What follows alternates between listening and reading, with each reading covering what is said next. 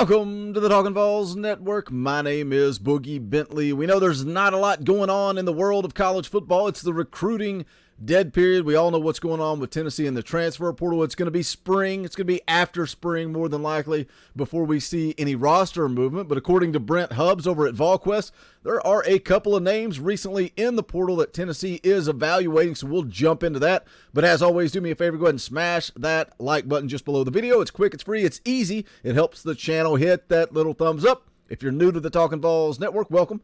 We're not experts. We're not insiders. We are fans just like you. For the fans, by the fans. If you dig the content, go ahead and subscribe. Click that bell for notifications. You won't miss out when we go live or when we drop a video. College football kind of may be slow right now, but we got a ton of stuff coming your way this week on the Talkin' Vols Network. Tonight, we're going to go live watch party for Tennessee, Kentucky basketball, so tune in for that. We'll probably go live about 15 minutes before tip-off, and then also the NCAA 2013 Dynasty rolls on tomorrow night, Thursday night, 6:15 p.m. Eastern Time. I'm sorry, my days are mixed up, but it will be Thursday, 2 days from now, 6:15 p.m. Eastern Time, so I hope you'll join us for that as well. But let's go ahead and get into things here. Again, a couple of targets out there that Tennessee is evaluating. We've kind of been talking about wide receivers, running backs. Everybody keeps screaming about the defense. So Tennessee is evaluating some defense. Let's take a look at this article from on3.com. FCS first team All-American Darius Joyner enters the transfer portal. Now, Darius Joyner, 6'2", 202-pound safety. He was actually a two-sport athlete in high school. At one point, he was actually going to go that route. He was going to play basketball at the college level, but he ends up at Jacksonville State, redshirts in 2017, moves to free safety. He ends up getting a little bit of playing time in 2018, 2019, but he has an absolute breakout season this past year. We'll take a look at the article. Now, he is a super senior with just 1 year of eligibility left, but when you look at the secondary, when you look at the desperate needs at safety for this football program, Darius Joyner is a guy that I think could come in and could definitely push for a starting spot on this roster. The article here says one of the top defensive players in the FCS is now a free agent. Wow, the world of college football in 2022 when we're using, actually just throwing the words out there, we're using the words free agent, but it is what it is. Western Illinois safety Darius Joyner, an AP first team All-American, last season has entered the transfer portal. On3 has learned. Says Joyner has finished 6th in the voting for the Buck Buchanan Award given to the top defensive player in FCS. He led FCS with 142 tackles and also had 7 tackles for loss, 1.5 sacks, an interception, and 5 pass breakups. Says he's a Roanoke, Alabama native who began his college career at Jacksonville State, had 23 tackles and a pass breakup during a 38-35 win over Youngstown State on September the 25th. Had 14 tackles, 3 tackles for loss, sack and a half, and 3 additional quarterback hurries 1 week later in an overtime loss to Southern Illinois. So again, started his career at Jacksonville State, redshirt, moved over to safety, had a couple of seasons there before transferring to Western Illinois and having just an absolute huge season in 2021. But again, according to Brent Hubbs, Tennessee is evaluating Darius Joyner. Nothing set in stone there. It's something that concerns me doing my research, looking down the rabbit hole. He is being pursued heavily by Texas, and we have seen how that has played out over the last couple of months in the world of recruiting, that Texas oil money. But how does Tennessee fare with their NIL deals? It's a question that gets thrown out there regularly when we're looking at guys in the transfer portal. We're looking at incoming freshmen. But I think Tennessee, I think the Spire Sports Group, I think they've done a nice job, but the jury is still out. This is something we keep debating in the comment section, and that's great. That's what the comment section is for. Let's go back and forth and let's talk about it a little bit. But I think Tennessee has done a nice job. We saw right after Justin Williams signs his paperwork, we see it tweeted out shortly thereafter, signing an NIL deal with Spire Sports Group. We saw the same thing with 5-star edge rusher James Pierce.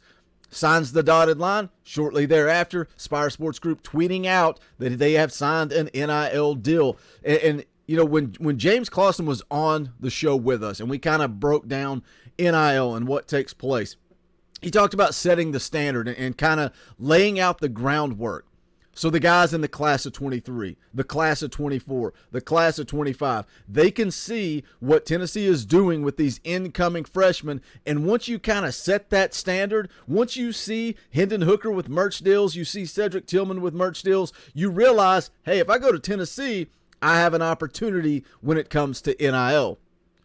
Now, another name that Brent Hubbs threw out there is Lorenzo Harper. He is a 6'1", 205-pound safety out of Atlanta, Georgia. Currently plays for Jacksonville State. He also recently entered the transfer portal. And the same as Darius Joyner, Tennessee is evaluating him. They're taking a look. But it'll be interesting to follow this over the next, the next coming months. Again, Tennessee kind of locked up right now. There's not going to be any action taking place, but they are evaluating. They are in contact. So we will continue to follow and see how it plays out. Harper totaled 146 tackles, 5 interceptions in 2 seasons with Jacksonville State. He was also an All-American and All-Conference player. Now, one last name I wanted to throw out here to you guys, because when we talk about the needs in the transfer portal, and we can discuss that in the comment section as well. A lot of you guys, the obvious, right? Linebacker, defensive backs, offensive tackle. Those are the obvious. Those are the definites. I continue to double down that I think Tennessee needs another outside guy opposite of Cedric Tillman. And one of the names that I like that you guys mentioned is Ramel Keaton. Can Ramel Keaton rise to the occasion? Can Ramel Keaton follow in Cedric Tillman's footsteps? A guy that's kind of underperformed and not lived up to the expectations. Can he be a Cedric Tillman? They need somebody opposite of 4 at the wide receiver position. And you can say Jalen Hyatt. I think he is going to be better off in the slot position. They need an outside guy. We'll see what happens with Brew McCoy out there at Southern Cal. Sounds like they're still waiting for him to clear his name with all the stuff that went on out there. If you're saying, Boogie, what are you talking about? Go back, watch the video I put out probably a month ago on Brew McCoy and kind of talk through some of that stuff as well. But again, offensive tackle is a position we're all in agreement on. Tennessee needs an offensive tackle. Western Kentucky redshirt senior Cole Spencer entered the transfer portal just recently. 6'4", 300 pounds. He was a 3-year starter at Western Kentucky. 2021, absolutely his best season. He made it on the All-Conference USA first team. It's got 2 years of eligibility left, so that's good. Sometimes it's worth a one and done. Can a guy like Darius Joyner at safety come in and not just push for a starting job, but be the guy? Can he be the guy in that secondary at safety? But then there's also, some positives to have a guy that comes in that's got more than 1 year of eligibility left. Can Cole Spencer, and again, Tennessee is going to continue to evaluate Cole Spencer. They are also going to try to get Tyler Steen on campus. Again, Brent Hubbs sounds like, I think he said Tyler Steen, the offensive tackle from Vanderbilt, should be on campus within the next month for an official visit. But that's a guy who is keeping his recruitment very close to the chest. Nobody knows what's going on with this kid, where his interest really lies. But I think it does say something that he wants to come to Tennessee. He wants to take that visit. But again, Western Kentucky offensive tackle Cole Spencer also in the portal. And according to Hubbs, Tennessee is evaluating, so we will see what direction they go. Again, not a lot of news going on as far as Tennessee football. A little bit of nuggets there from VolQuest that I'm going to sprinkle out to you guys. We'll continue to follow it. If any other names enter the portal, that's the thing, is even though Tennessee may not be able to sign somebody right now, they're still in communication. They're still evaluating, so we'll continue to cover it as much as possible. Hit that comment section. Let me know your thoughts. I gave you 3 names: Darius Joyner, safety; Lorenzo Harper, a safety; and also the kid from Western Kentucky, Cole Spencer, offensive tackle. Hit that comment section. Let me know your thoughts. What direction does Tennessee go? And as always, if you have not done so yet, please smash that thumbs up on the way out the door. Also, make sure you check out the official merchandise of the Talkin' Vols Network. Go to bonfire.com/store/Talkin' Vols. Any and all support greatly appreciated. Join us tonight about 15 minutes before tip-off for the Talkin' Vols basketball watch party. Again, Thursday night, 6:15 p.m. Eastern Time. The NCAA 2013 Dynasty rolls on. Had a lot of fun with you guys last week. Struggled in that first half, but what an epic comeback. You guys were having some fun with it. But that's going to do it for this one. This is the Talkin' Vols Network. My name is Boogie Bentley. Go Big Orange.